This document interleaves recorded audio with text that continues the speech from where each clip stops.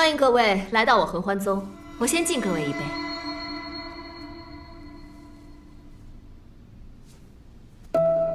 瞧我这记性，我只听交通馆的人说，箜篌仙子是来自云华门的，还不知道是拜在哪位真人的名下呢？我师父是望通真人。那这二位也是云华门的道友了？不是，我们半路而遇，结伴而行罢了。幸好，一个云华门就够头痛的了。此次让箜篌仙子在我合欢宗的地界上受惊，真是太对不住了。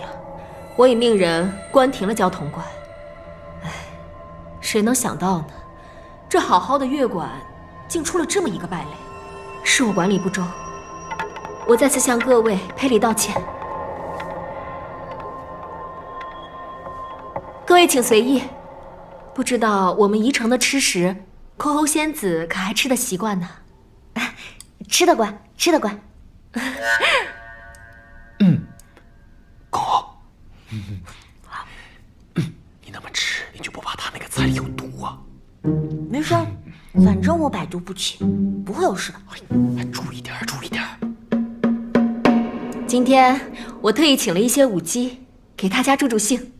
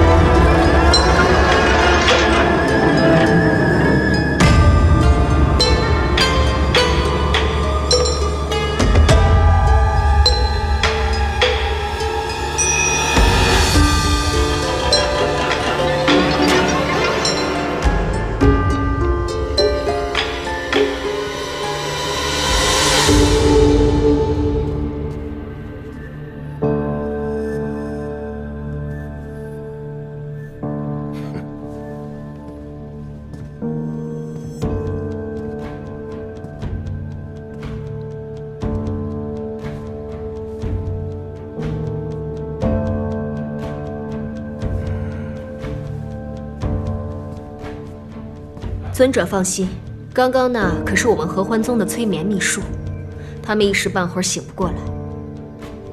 我只要这个女的，其他两个人先关起来，定要好好看守。是。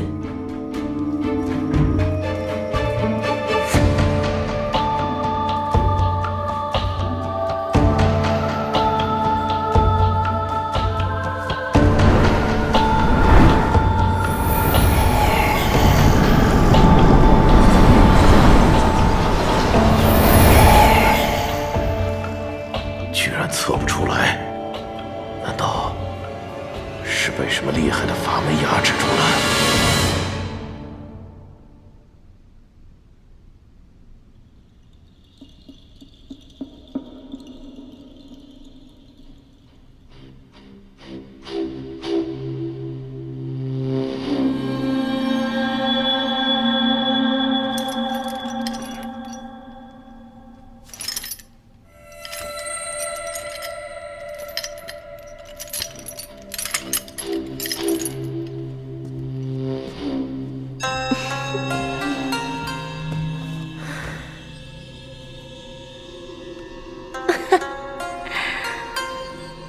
你知不知道，如果不是我，你现在早死那吴碑老头手里。这吴碑是谁？为何要害我？我只记得有舞姬舞蹈，之后怎么就成这样了？小没良心的，问题怎么那么多？别管那杂七杂八的了，你只要记住，从现在起，你就是我合欢宗宗主欧阳的小相公了。只要你乖乖听我的，我什么都依。小生蒲柳之子，宗主真的不嫌弃？你也跟我……只是宗主还没回答我的问题，就算要易主跟了你，也得让我知道才行。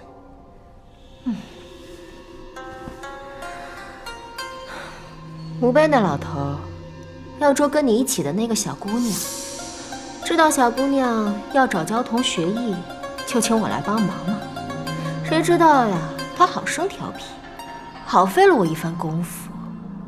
吴碑要抓他做什么？那我就不知道了，谁知道那小丫头哪儿得罪他了？不要说他们，咱们快活咱们的啊！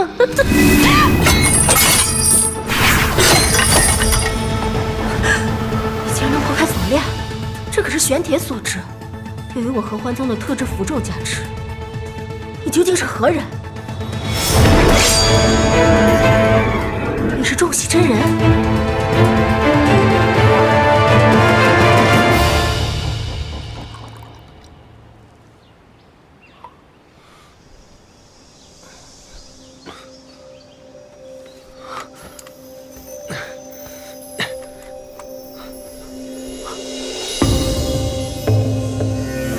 焦桐，好久没在一起喝酒了，来一杯。怎么回事？他们人呢？喝一杯，我就告诉你，你到底想干什么？我想干什么。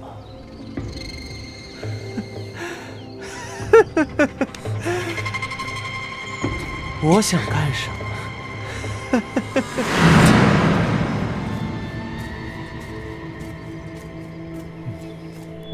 一天到晚见不到你人，好久没喝了，喝一杯吧。少喝点吧你。怕什么？倒是你，冲境界才是大关，不好过吧？确实，我最近有点……哎，放心，有兄弟在，我一定保你平平安安、顺顺利利度过金丹大劫。哎，慢点拽我，你干嘛呀？来，有了他们，还愁什么金丹大劫？我的修为也能更上一层楼。公子过来呀！公子，妖有妖道，就应该顺从天命。什么妖有妖道？你这是邪道，是恶道！你打我！你跟那个刘公宗修炼了几日，果真长进了不少。不过你别忘了，你是只妖，你背弃了自己的身份，学着跟人一样活着。你真以为人类会接纳你吗？你是只妖，这一点永远都不会变。这是我自己的选择，不用你管。好啊，我不管。但是兄弟一场，我教你该怎么做妖。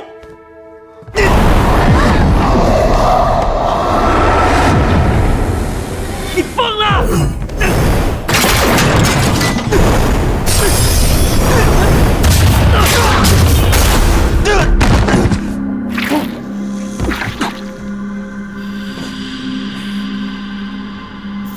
从今以后，你好自为之，我的道与你不同。你为了做人，竟然心甘情愿地做个奴仆。这就是你选择的道吗？你竟然能破了我的石函锁！我早跟你说过，你修的那些道，都是不正之道。如果你这时候可以回头，我可以手下留情。你摆出这副醒悟的样子，还真是跟那些人混久了，学得跟人一样虚伪。他们有什么好？你看合欢宗的宗主，名门正派，嘴里说的都是冠冕堂皇的话，还不是一样帮妖修做事？我说过了，人和人之间是不一样的。哼，我知道，你说的是那个公子，还有那个丫头。只可惜，他们马上都要死了。哦，还有一个多管闲事的仙女，就关在我的住处，叫什么来着？好像叫凌波，还是昭寒宗的。什么？你认识？不熟。那就是很熟了。我说了，我不认识。灵狐，你一点都没变，越是在意，越装得满不在乎。说说吧，你跟那个凌波到底是什么交情？我说了，我不认识，我不熟，你听明白了吗？你喜欢他？灵狐，想想清楚，人家是谁？昭寒宗宗主的亲传弟子，将来可是要继承他衣钵的天之骄。你是谁？你不过是一只傻狐狸。我说过，人妖殊途，看来我更不能放过他。我警告你，你不许动他。好，我答应你，以前的事我可以既往不咎。至于那个公子，我更不感兴趣。我只要你留下，回归妖道，这就是我的条件。你休想！既然如此，那就不用多说了。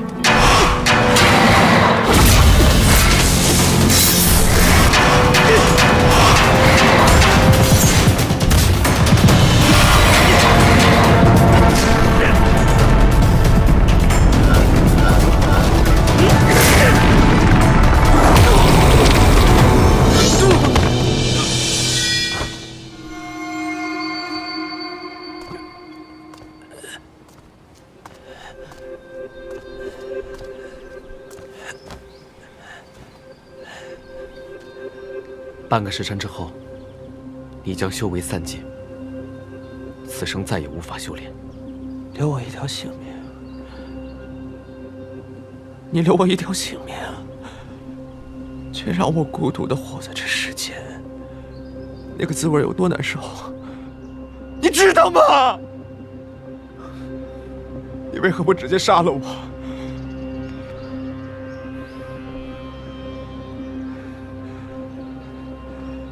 好自为之。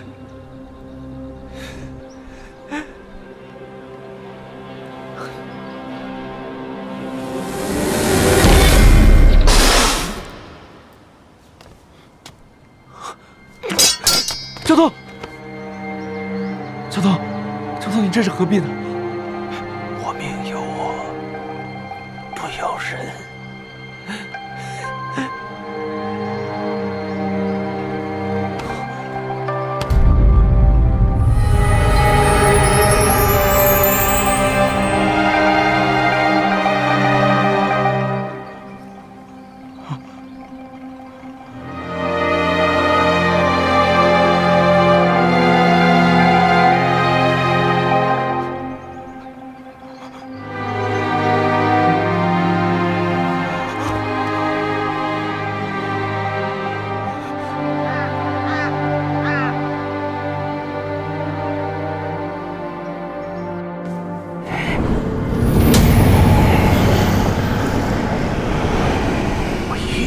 这剑门打开。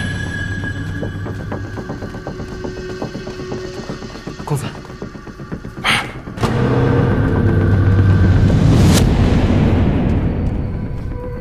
糟了，公子，我们来晚了。你在这儿看着他。哎。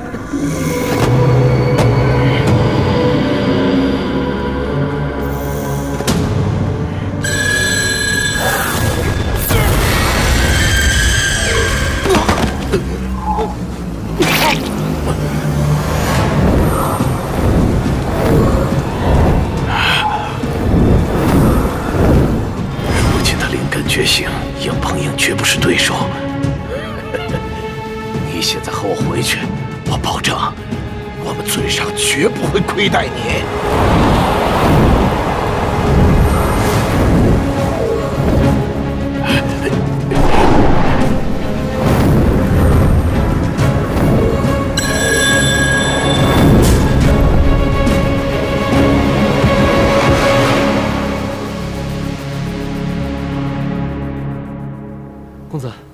们没事吧？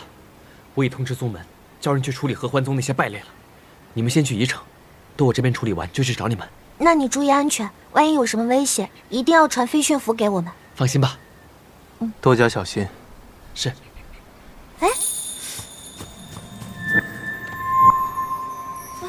这怎么会有颗蛋呢？欢宗，好奇怪啊，会不会是从树上掉下来的？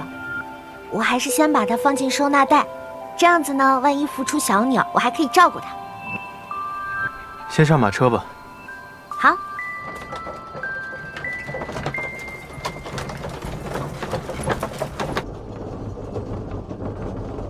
箜篌。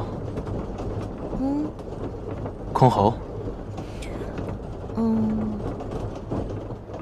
欢宗，你说方才那个邪修为什么会盯上我呢？邪修抓捕正派修者，研习邪法，时有的事。可是我总感觉这件事情没那么简单，而且我刚刚为什么突然间会变得那么厉害？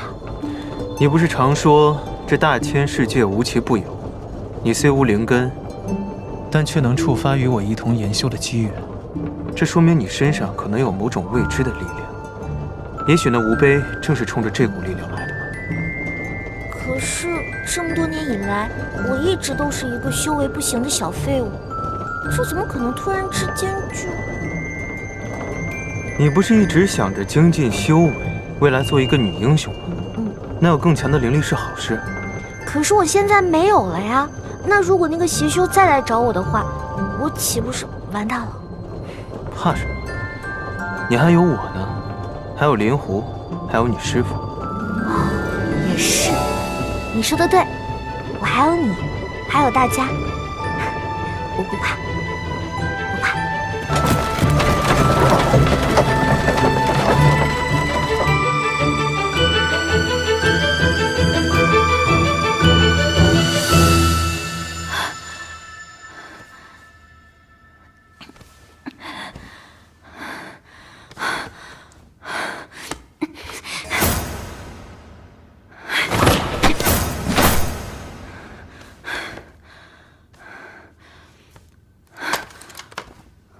人呢？教头，你给我出来！哎，接过，接过。哎，接过。教头，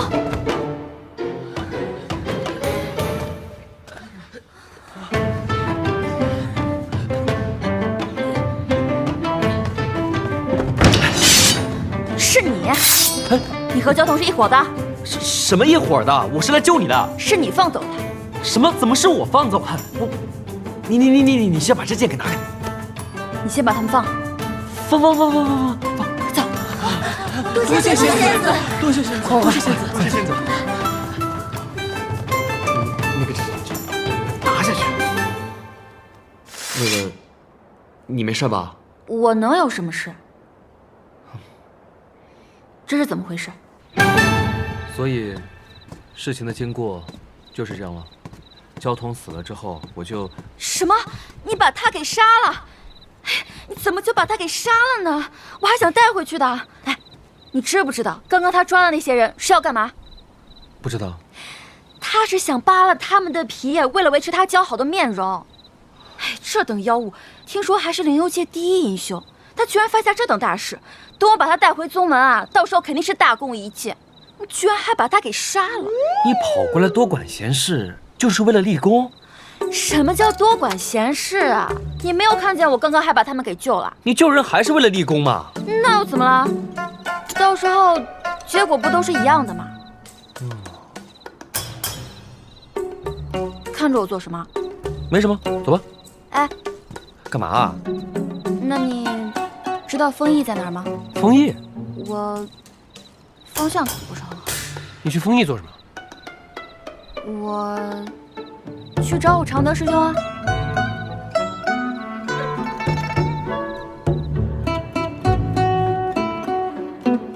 客官您几位？我想吃那个。劲儿啊！好嘞，我帮你加。楼上请。好。啊，回来了。灵狐，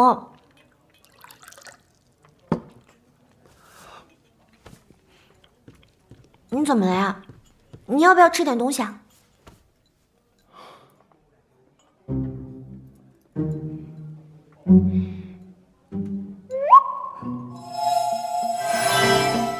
桓宗，感觉灵狐好难过啊，是不是因为交通公子的事？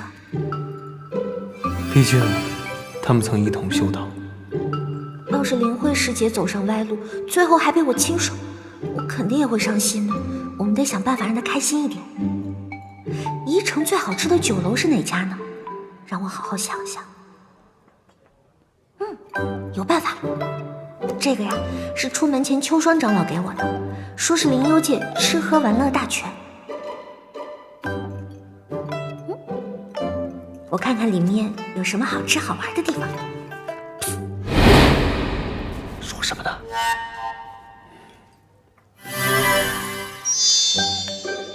哎，有了有了，桓总，你看，宜城风景倒是不少。这个什么翠明山，说是有灵幽界最大的长毛猿猴，还有灵幽界最棒的灵果种植园。咱们带灵狐去逛逛呗。好。对了对了，我们还能带他去暗桥。好，听你的。还有，咱们身为朋友，肯定要在关键的时候给他支持，有福同享，有难同当。可我总觉得少了点什么。少了什么？友情刺花，我们仨也刺一个。哎，那个友情刺花就算了，空好。我呢，我这刺花我是真不行。哎，这你就不懂了吧？友情刺花是友情的象征，别人给我刺我还不乐意呢。不是，主要是吧，我灵狐啊，你怎么进的我跟桓宗的传音结界？我给他的口令。桓宗，我还想给他个惊喜。你这也不叫惊喜好吧？你这叫惊吓。桓宗，要不我们俩刺一个？我师傅刺的那可威风了。哎，我觉得可以啊。那个空侯，你带我们家公子去，他肯定乐意。你们俩可以啊。嘿嘿，刺一个吧。刺一个。吃饭。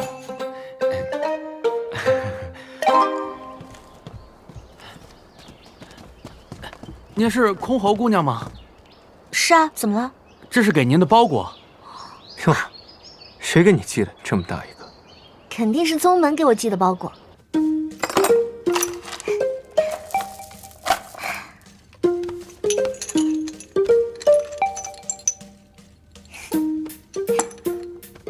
这些都是你师门给你的生辰礼。是啊。这么多东西干嘛不放收纳袋里？用收纳袋装多没仪式感。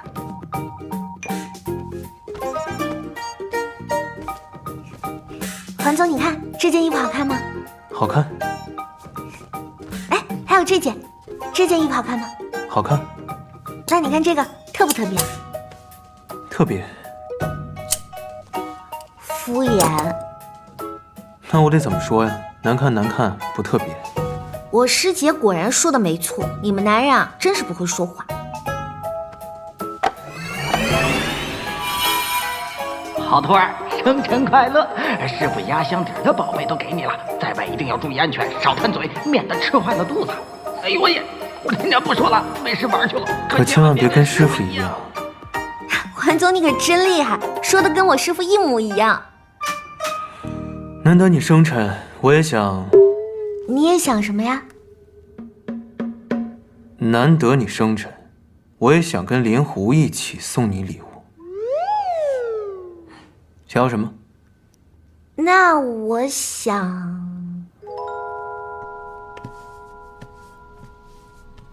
你说你费这么大劲，你要真想吃糖糕，我让灵狐去买就行了。那怎么能一样呢？我以前啊过生日的时候，都是灵慧师姐给我做糖糕。我现在出门在外，那就自己做，这样才有仪式感。对了，桓总，你们流光宗的人是不是都是十指不沾阳春水啊？差不多。那如果说一个不辟谷的姑娘嫁到你们那群辟谷的人里面，那她是不是要饿死啊？我不会做饭，找个人给她做就行了。任性是吧？没有。那我做的过会儿不给你吃。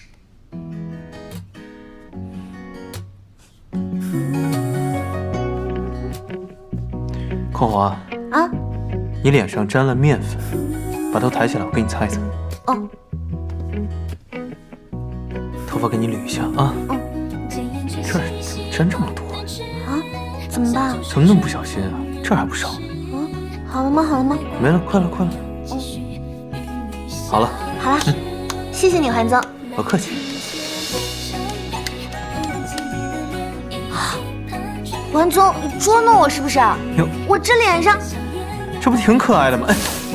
哎，没扔着，哎，没扔着。蓝天下一场雨，人间欢几度朝夕云散聚。我转身回眸认识你，红尘里花不尽鸟不语，抱得一帘桃花归家去。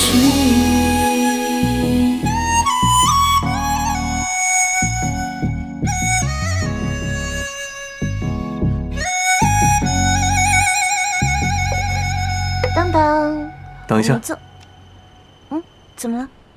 先许个愿。对。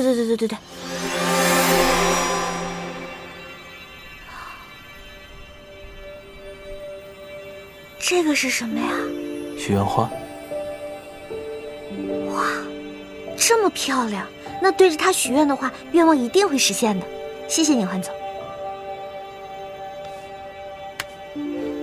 愿我的师傅健康长寿，愿我的师兄师姐武艺精进，愿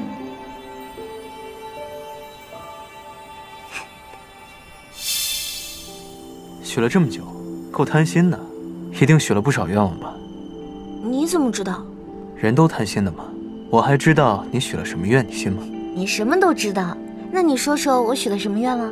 我猜猜啊，这第一个愿望一定跟你师傅有关，因为你平时跟你师傅最为亲近。我猜第一个愿望就是让你师傅健康长寿。那你再猜。这第二个愿望怎么都该轮到你同门师兄弟了吧？所以我猜这第二个愿望，你希望你的师兄师姐修为更加精进。我的心思就这么好猜的呀？不过呀，我还有这第三个愿望，你肯定猜不出来。还说你不贪心，这第三个愿望我确实猜不到，要不你说吧。这第三个愿望呢，就是我不告诉你。来，环总，让你做这第一个吃我亲手做的糖糕的人。我辟谷。我知道你辟谷的嘛，不过今天可是我的生辰，你就给个面子，吃一口就一口。你吃一口。你吃吧。好吧，那我呀就自己吃，全部都自己吃的，一点都不给你留。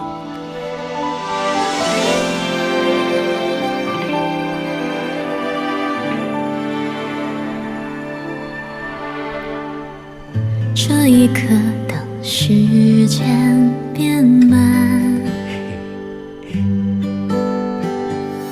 一瞬间就海枯石烂。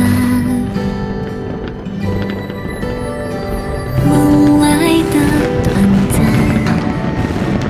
如诗的淡蓝。你看，好漂亮啊！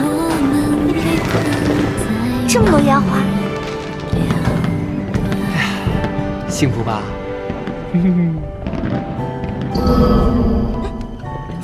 这什么东西在动啊？你的收纳袋吧？对啊。坏了，不会是我放在里面的吃食又坏掉长虫了吧？又？啊，你不要在意这些细节嘛。我看看。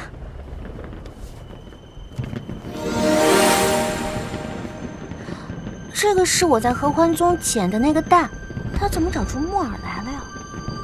这不是木耳，你不知道这是什么？这玩意儿长这么奇怪，我从来没见过。这是苍玉耳。什么？这个就是苍玉耳啊？这也太神奇了吧！我许的第三个愿望呢，就是希望能够赶紧帮你找到灵药，没想到这么快就实现了。环宗，你的许愿花可真灵验。你最后一个愿望是帮我找药。环宗，送给你。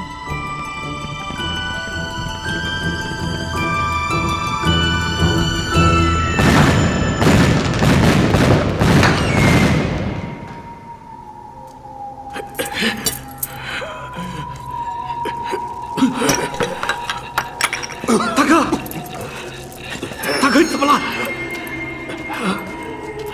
大哥，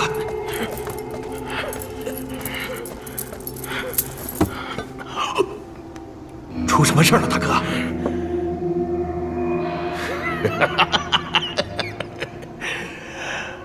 我找到了一个千年不遇、亘古绝佳之人呐！你找到了？但此人身上有个禁锢，封印了他的力量。大哥，你也解不开吗？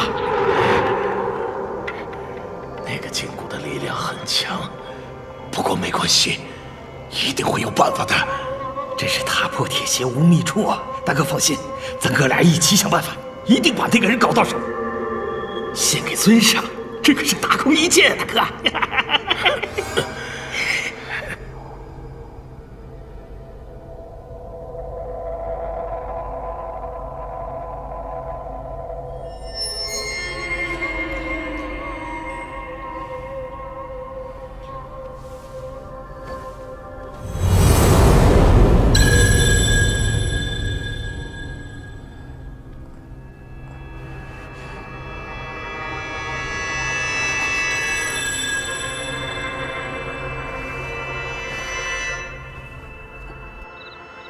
哎，公子，我就纳闷了，你就说是个箜篌吧，哎，他为什么总能在关键时候要什么有什么呀？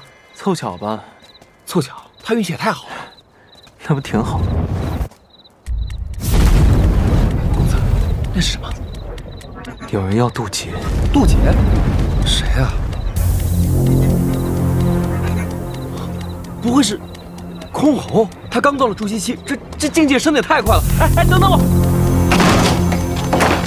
箜篌，公子，这是怎么回事？那是什么？那是结界，这个结界在阻止他升阶。箜篌看起来很痛苦，再等下去他会受不住。我要破开这结界。不是，结界破了，天雷弹我扛不住的。我扛。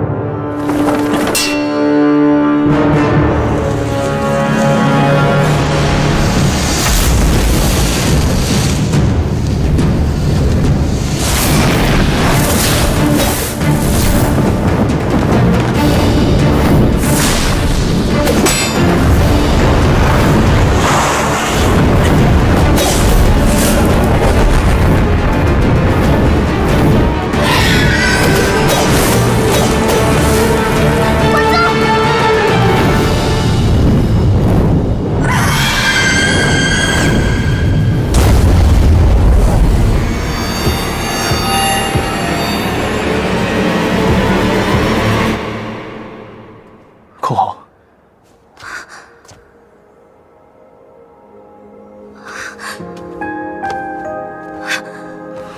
我就，他吓死我了，吓死我了！我还以为还好，那个凤凰图腾到底是怎么回事？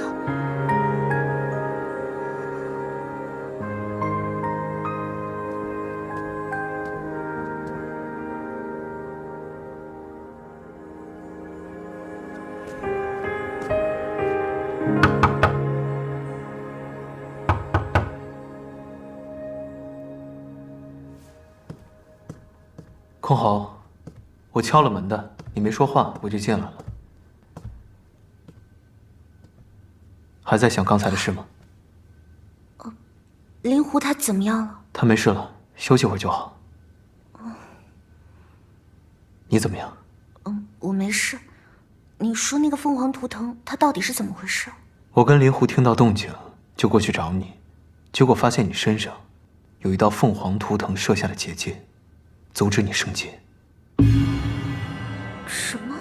他后来变成凤凰攻击我。可是这凤凰图腾，它到底为什么要阻止我升境界渡劫呢？我想，应该是不希望你的潜在力量被激发，从而被有心之人窥探吧。你的意思是，他其实是在保护我？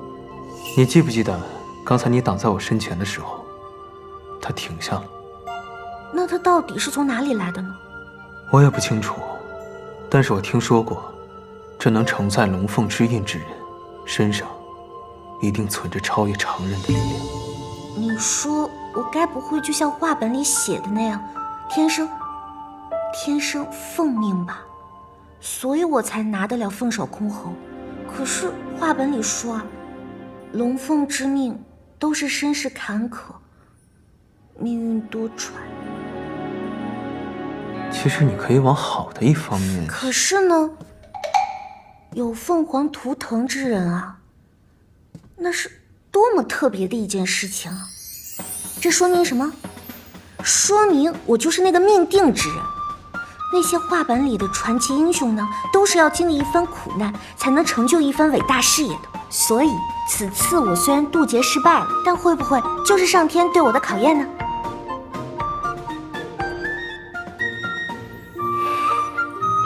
黄宗，你笑什么呀？我是认真的。我师父他老人家跟我说过呀，我就是大器晚成之辈。以前呢，我还总觉得他是在哄着我玩的，没想到是真的。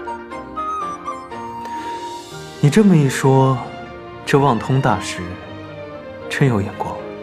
那是。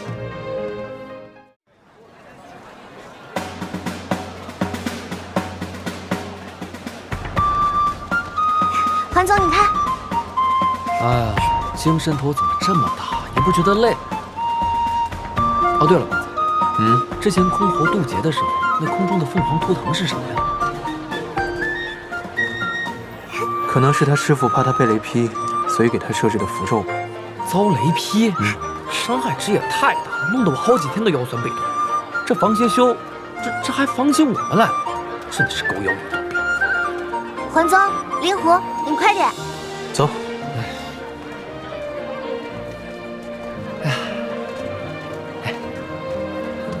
这就是我们流光宗在丰邑的分部。关于寻云芝的下落，就是他们传讯过来的。哎，老祖，弟子见过老祖。见过灵狐师兄。哎，这位想必是老祖新收的高徒吧？我怎么能成还宗的徒弟呢？我们俩呀是好朋友。见过箜篌老祖。我也成老祖了。来，这个给你们。谢箜篌老祖。好，努力。黄宗，快走啊！你们可知道具体位置？我们是听一个老乞丐说的，寻云芝就在丰邑，但具体位置并没有告诉我们。老乞丐说的话你也信啊？这可不是一般的乞丐，他在散修盟名望颇高，但是为人浪荡不羁，不喜拘束，所以常年混迹街头，与乞丐为伍。老乞丐只是他的自称，别人叫他的名号，他还不乐意呢。那他现在在哪儿？自从上次见过一面之后，就再也没有出现了。那你们有潜入过丐帮打探消息吗？箜篌姑娘，箜篌老祖，您有所不知，丰邑的乞丐鱼龙混杂，虽然算不上正式帮派，但却十分抱团，而且还分为东城、西城两大阵营。我们名门正派根本无法打入他们任何一方。谢谢。你们可知道寻云芝的消息吗？不知道。哦。这没事干什么呀？就问问你们，别跑！就问这几个事儿，别跑啊！去，快走！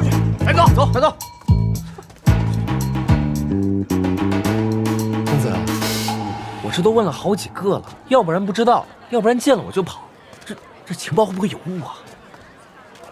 流光宗弟子做事一向谨慎，不会出错的。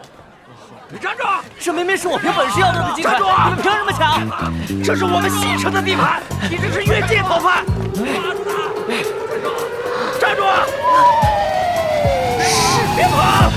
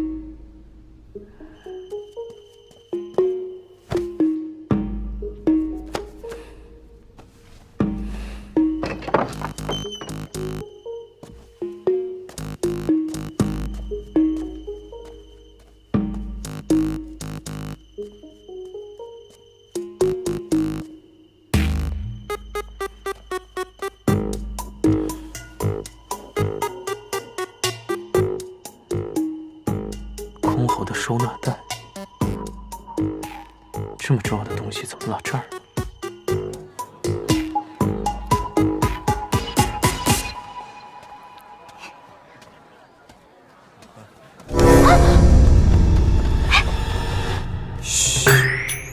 师兄，几个月不见，师兄想死你了。哎呀，师兄啊，我给你带了好吃的烧鸡。烧鸡，还是你对我好，之前没白疼你。快尝尝，好吃吗？好久没吃过这么好吃的烧鸡了。师兄，你慢点儿，你看你急的。来，我给你擦擦。你看你吃的到处都是。谁？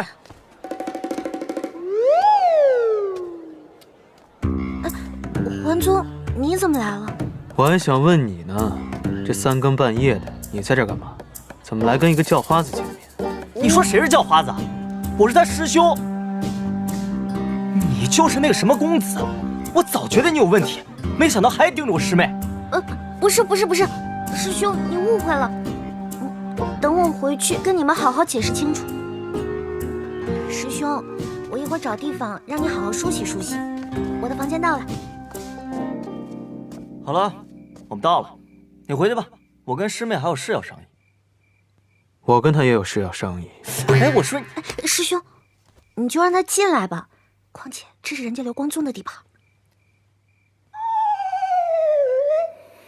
好了，都跟我进来吧，走。在你前屋找到的，收好。原来是被你捡到的，难怪我刚才怎么找都找不到。以后小心点，别乱掉东西啊！是，今天啊是我太粗心大意了，谢谢你，桓总。怎么回事？我家师妹一个外人指手画脚干什么？还有你，一个姑娘家跟一个陌生男人这么亲密，成何体统？师兄，桓宗他可不是陌生人，他是自己人。桓宗，这是谭峰，是我师兄。师兄好。谁是你师兄？师兄，桓宗又没有恶意。那是你傻，你都不知道这家伙对你动了什么心思。你还没下山的时候，他就给你发飞讯符，明明知道你。所以说，桓宗给我发的飞讯符是师兄你给藏起来了？不是我，是师傅。师傅担心你被他骗，把飞讯符藏起来了。可是这家伙贼心不死，还派人去。我跟师傅好不容易把那人赶走，没想到现在死皮赖脸盯着你。桓宗，原来那时候你还派人下山来找过我。是啊。桓宗，你真好。师妹，你别被他骗了。师兄，你知不知道，这一路上要不是有桓宗一直保护我，你都可能见不到我啦。师兄，你再这样，我不理你了。我是为你好。我知道啦。对了，师兄，你怎么会在这里啊？说起来，那还是要看你传回去的飞讯符。他们觉得这元吉门和之前丘城爆体而亡的灰衣修者有关系，那宗门自然是要派人追查。师父、师叔，经过追查，弟子发现这名灰衣修者本是丰邑一名乞丐，不知被邪修们使用了什么邪法，未成了元婴修为，再派出来作乱。既是这样，那还得你辛苦一趟，到丰邑调查灰衣修者的底细。弟子必不辱使命。等等，这些乞丐向来喜欢拉帮结派，不容易相信外人。你要去，那你得加入他们呀。不对啊，既然宗门派的是雾川师兄，那怎么来的是你啊？瞧咱们雾川这通身的气派，只能说跟乞丐是毫不相干呢。是啊，哪像乞丐？是吗？这样去要饭，那不得饿死？要么找个像的。就是说，就得找个像的。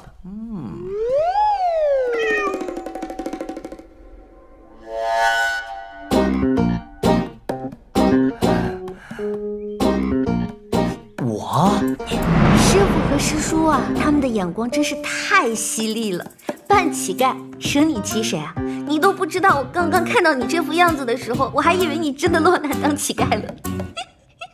师兄这是专业的，叫斥候。哦，小丫头片子几天不见，该取笑我了。你，师兄，你给我站住！我不敢了。你别，师兄，我不敢。你给我站住！环宗，你救我！你给我站住！环宗，师兄，我们还有任务在身，坐下来商讨一下。师兄啊，你真是太伟大了！我们要赶紧想想办法，看看怎么样才能让你摆脱这个乞丐的形象。办法呢，倒是有一个，可就是一个人不太好实施。来，师妹看看，这个叫追踪符，只要神不知鬼不觉地贴到那些乞丐的身上，咱们呀就能顺藤摸瓜找到幕后主使。师兄真是有办法，师兄真是太聪明了。那是自然，英明神武这个词儿啊，说的就是你师兄我啦。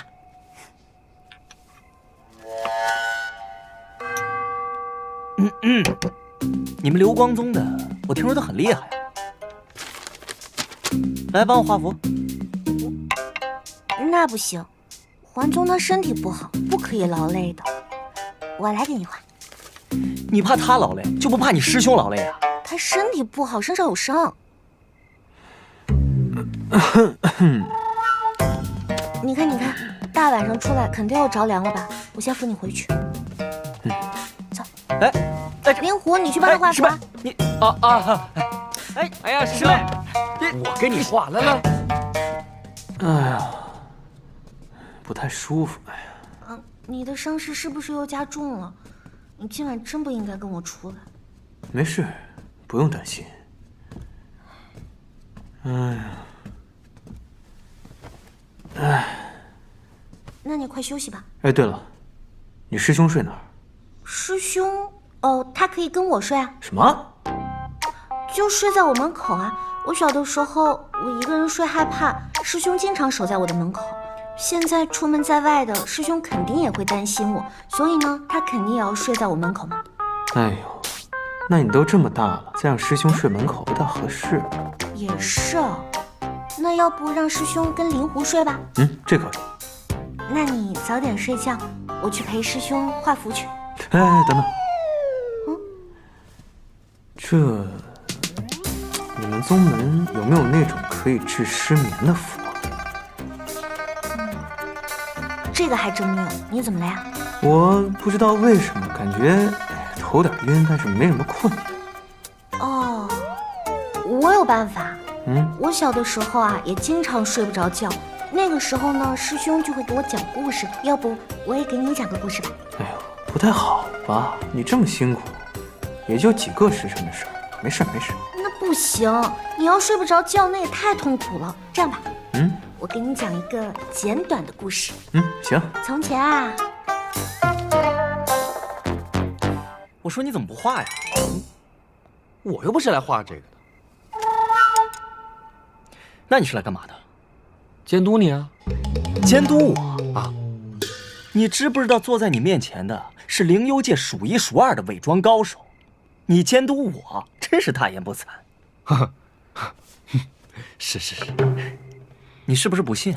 我告诉你，前些日子伪装成乞丐的还有一个人，他就是灵幽界大名鼎鼎昭寒宗首席大弟子常德。常德？昭寒宗的常德。对，常德。他这2年呢，那算是风头正劲，谁人不知啊？可那又有什么用？他还是被那些乞丐发现，卷到铺盖里，一人一脚踢了出去。而我呢，混了进去。要不是你们来啊，马上都要混成小头目了。常德也来这儿了，那凌波是不是？哎，你有没有看到他师妹凌波啊？没有。哎呀，可能我不认识他。好了，不跟你说了，这些交给你了。我呢，去找我师妹了。哎，别！哎呀，师兄，你是高手，这个东西我又不会，你不得教教我呀？我都累成这样了，我还画呀？再说了，我还有更重要的事情，我要去找环宗那个臭小子。哎，师兄，我们家公子身体刚好，现在还在休息，肯定睡下了。你是灵游界数一数二的高手，我好不容易跟你在一块，有这个学习的机会，你不得让我好好学习一下？哎，瞻仰你的风采。哎，等事儿，哎，来，我给你示范一下。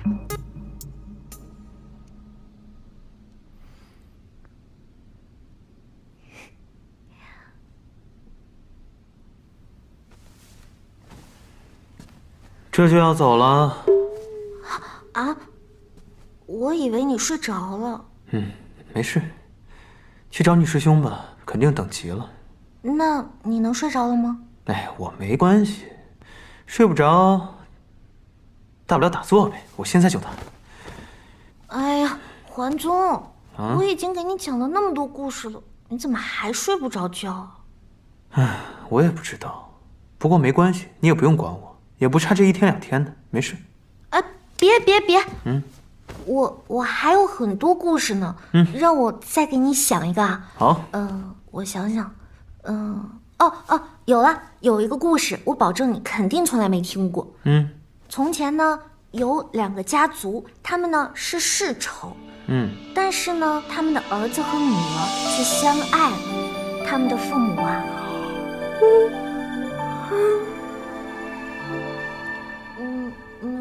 这一刻，当时间变慢，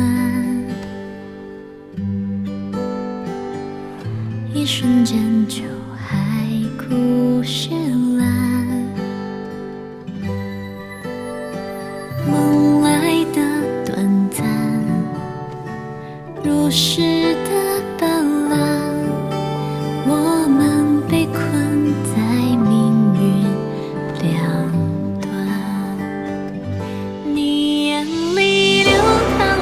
心寒，我醉倒流连忘返，人间万千。小时候刚到宗门的时候，晚上睡觉害怕，师兄呢就总是守在我门口。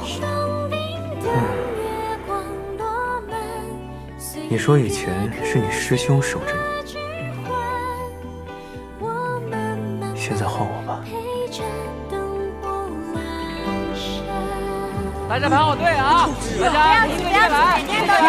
大家不要着急，来一个领一个，每个人都有。给，谢谢啊，谢谢。拿好，拿好啊。你的。哎，拿完就走，拿完就走啊！排队啊！干什么你？干什么呀？这明明是我们西城的地盘，你推我干什么？废话！你看这城门中央，再看这地盘，这分明是我们东城的地盘。我呸！西城，西城，西城，东城，东城，东城，东城，就东城。西城，西城。你别吵了，别吵！不管是东城还是西城，这每一个人都有一个烧鸡，都别抢着排队啊！不是。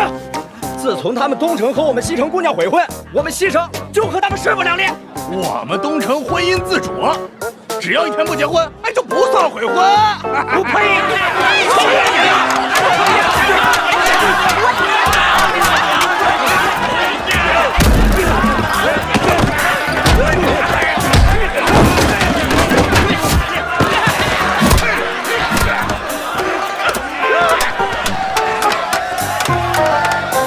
烧鸡还没发完呢，关宗，我们怎么办？还有别的办法。你去。哎，别打了，别打了！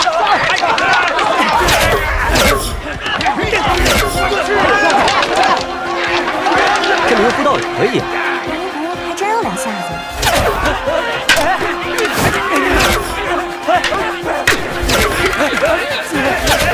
别打了，你们！别打！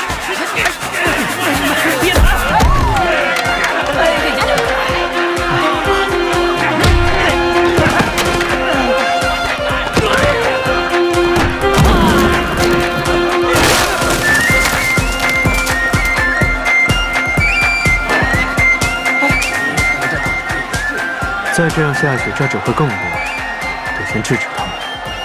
哎，关宗，你还记得我给你讲的故事吗？哪一个？跟我走。哎呀，别打了！关宗，你陪我演一出戏。据我昨天给你讲过的那个故事，有2家人呢，他们有世仇，可他们的儿子和女儿却相爱了，于是他们想要通过殉情化解2家人的仇恨。演戏，我不会。没事儿，你听我的就行了。有人要跳城门啦！有人要跳城门啦！是谁呀？怎么要跳城门了？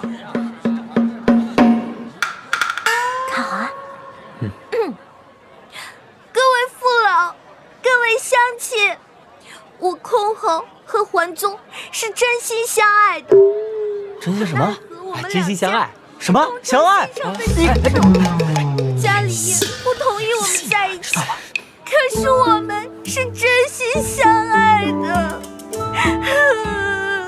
真心相爱的，听着听着，哇，真爱啊！如今我们俩不能活着在一起，我们就从这个城门上跳下去。我们在阴曹地府也一定要在一起。这怎么行？东西城的世仇啊！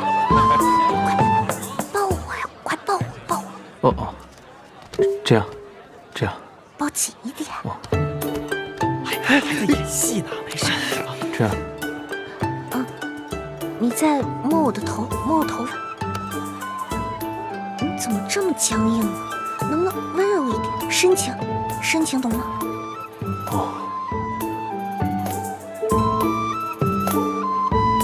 不是说要跳楼吗？你不跳了呀？是啊，快跳！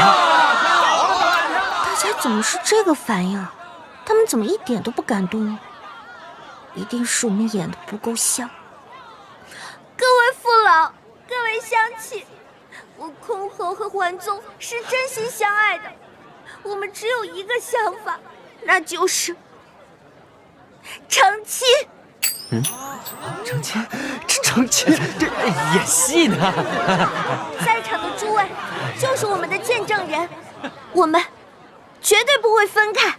桓宗，你愿意娶我吗？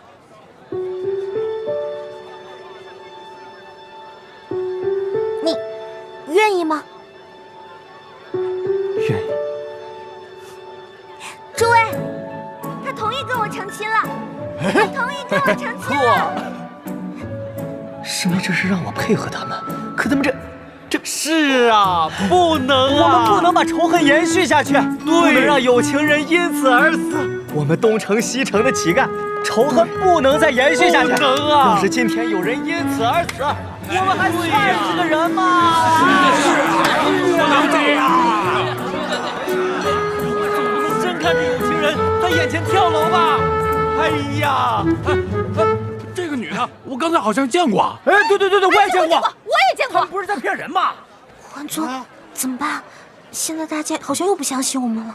那你没办法了。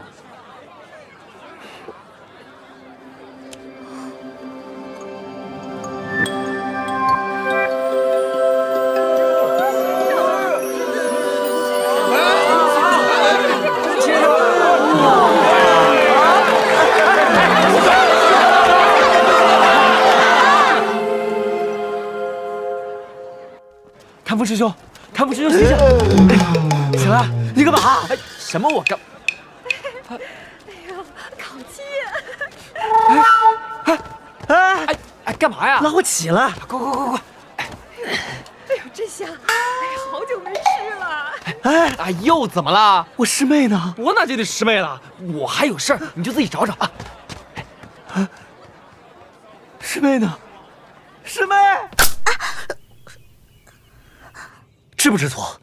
师兄，我跟桓宗真的只是很好的朋友，不是你想的那种关系。好朋友就可以随便亲亲抱抱，你不懂事就算了，他还不懂得拒绝。师兄跟你说过了，他不是好人。师妹，听师兄一句劝，离这个流光宗的人远一点，行不行？这事跟桓宗没关系，是我逼他演的。师兄，你可千万不要怪罪他。你到现在还在替他讲话，我看你中毒不浅，今日我就打醒你。桓宗，师兄啊，今日责任主要在我，跟空侯没关系。我们云华门的家事，还轮不到你个外人来管。放开！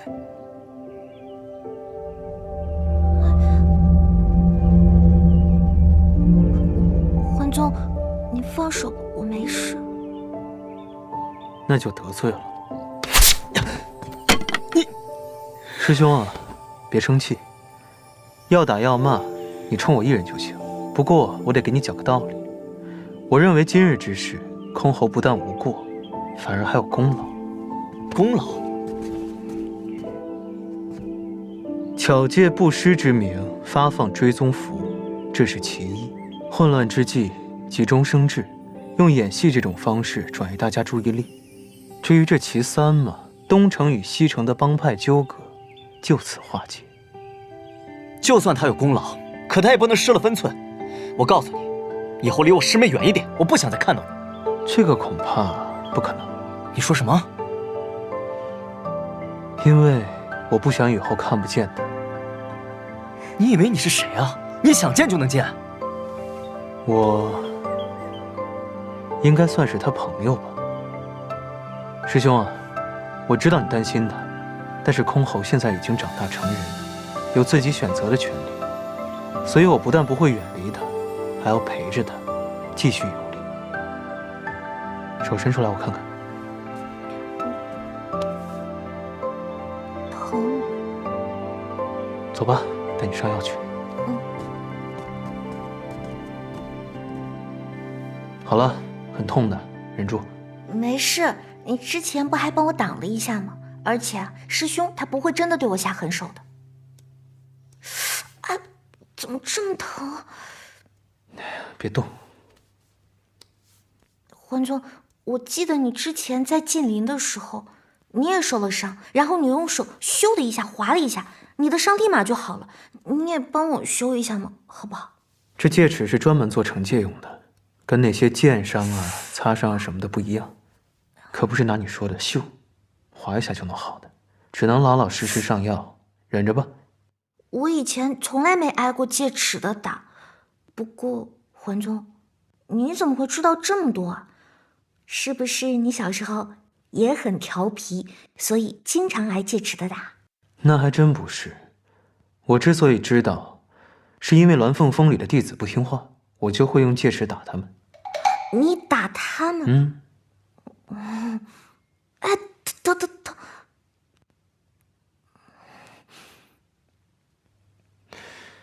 那你要实在疼得不行，抓着我，用力点，没关系啊。桓宗，你对我真好。刚刚在城楼上你配合得太好了，要不是你及时牵了上来，那大家肯定又不相信我们了。你戏演得真好。那如果不是在演戏呢？啊，不是演戏，那是什么？算了，以后你就会明白了。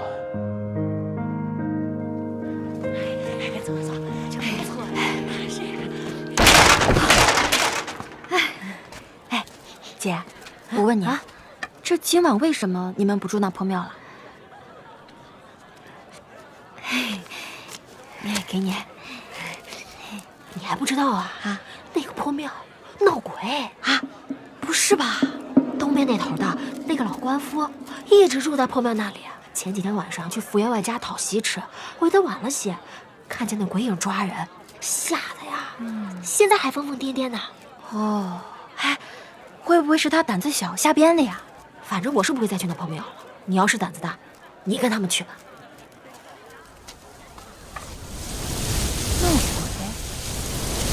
恐怕是邪修在作乱，我得去看看。你，我看看，哟，还真是你啊，凌波仙子，你怎么混成这样了？哎，别说，这身打扮还挺符合你的气质。胡说八道什么呢？小心我拔了你的狐狸尾巴！那你为什么打扮成这样？这不是查线索吗？哪有那么多讲究啊？查线索？堂堂招寒宗的凌波仙子，竟然为了立功打扮成一个乞丐。嘿嘿，哎，平时还说我是只臭狐狸，那比咱俩现在谁臭啊？哎，行了，离我远点。查的怎么样？要不是你来啊，我早就查清楚了。什么叫要不是因为我？要不是那边人多，我不方便说话，我才不跟你来这儿呢。行了，赶紧说吧。那个，这帮乞丐呢，确实有一定的问题，所以你跟他们一块儿要小心点啊。我还需要你提醒啊。那个，咱俩交换个飞讯符，你有什么问题就联系我。哎，瞧不起谁呢？我的意思就是，你刚才烧鸡也给人家了，那烧鸡上还有追踪符，你现在追踪符也没有，飞讯符也不要，那你要是遇到什么问题，那怎么办啊？追踪符啊？哦，原来是你们啊！又是发烧鸡，又是给追踪符的，怎么演戏呢？哎呀，那不是要掌握他们的行踪吗？哎，行了，拿着，回去有什么问题直接传讯给我啊。行了，走了啊。拿好啊，你记得给我传讯啊，别有什么危险慢点儿。别说，还挺好看。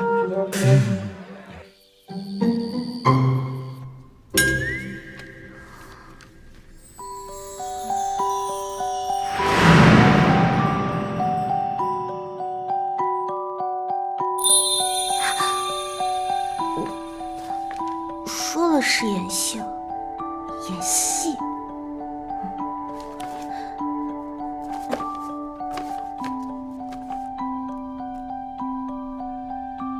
那如果不是在演戏呢？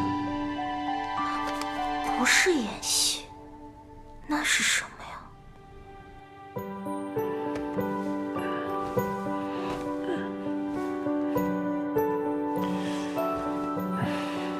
师妹，听师兄一句劝，离这个流光洞的人远一点。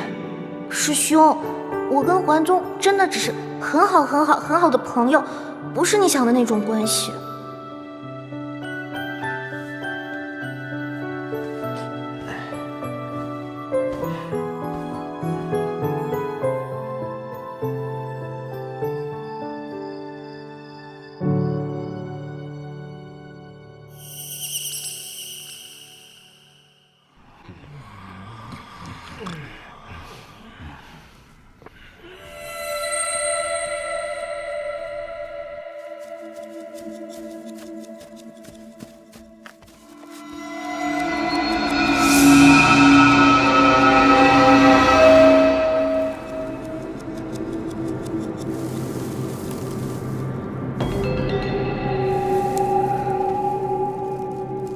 出去这么久还没有回来，该不会出什么事了吧？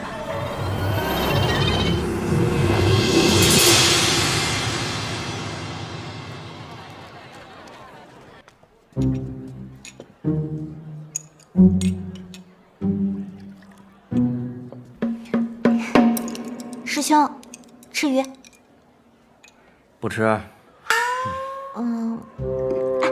师兄，吃包子。不吃。吃这个，吃鸡腿。不吃。师兄，你不是最喜欢吃鸡腿了吗？怎么不吃呀？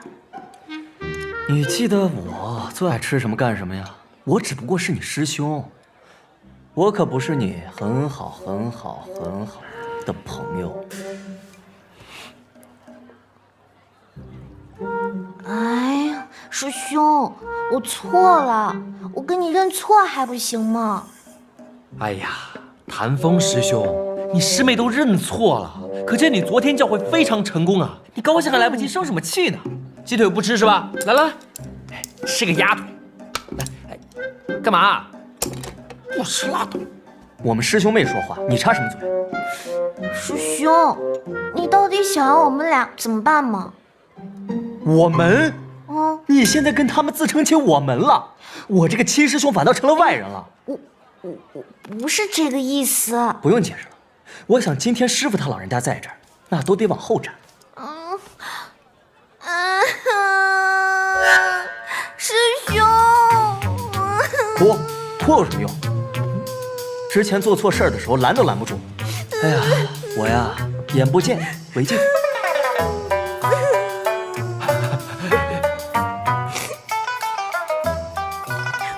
师兄，对不起，烦你了。哎，你去哪儿啊？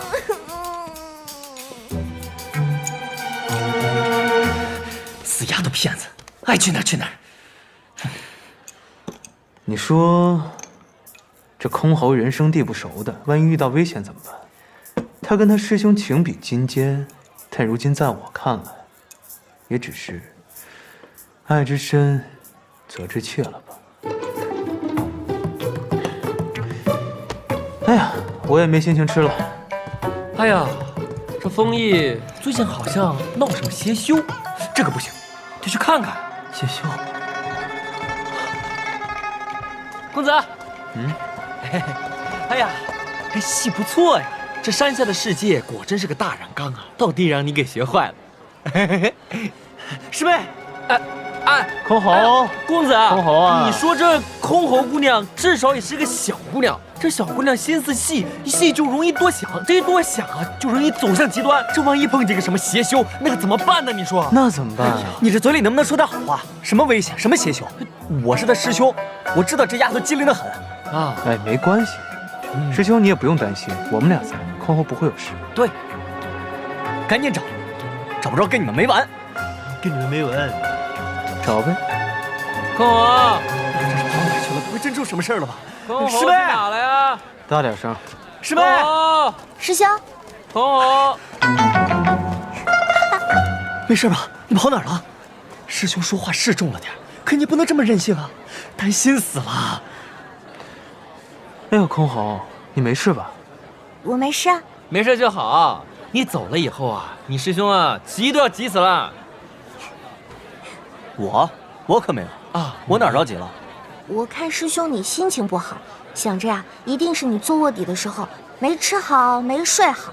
以前在云华门的时候，你一旦心情不好啊，就会便秘。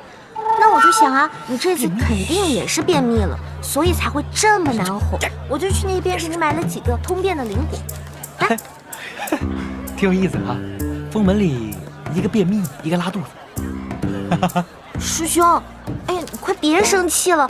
你看你胸口都冒光了，你该不会是要气炸了吧？这什么气炸啊？这个叫追踪玉佩，只有追踪符被触发的时候，它才会亮。哇！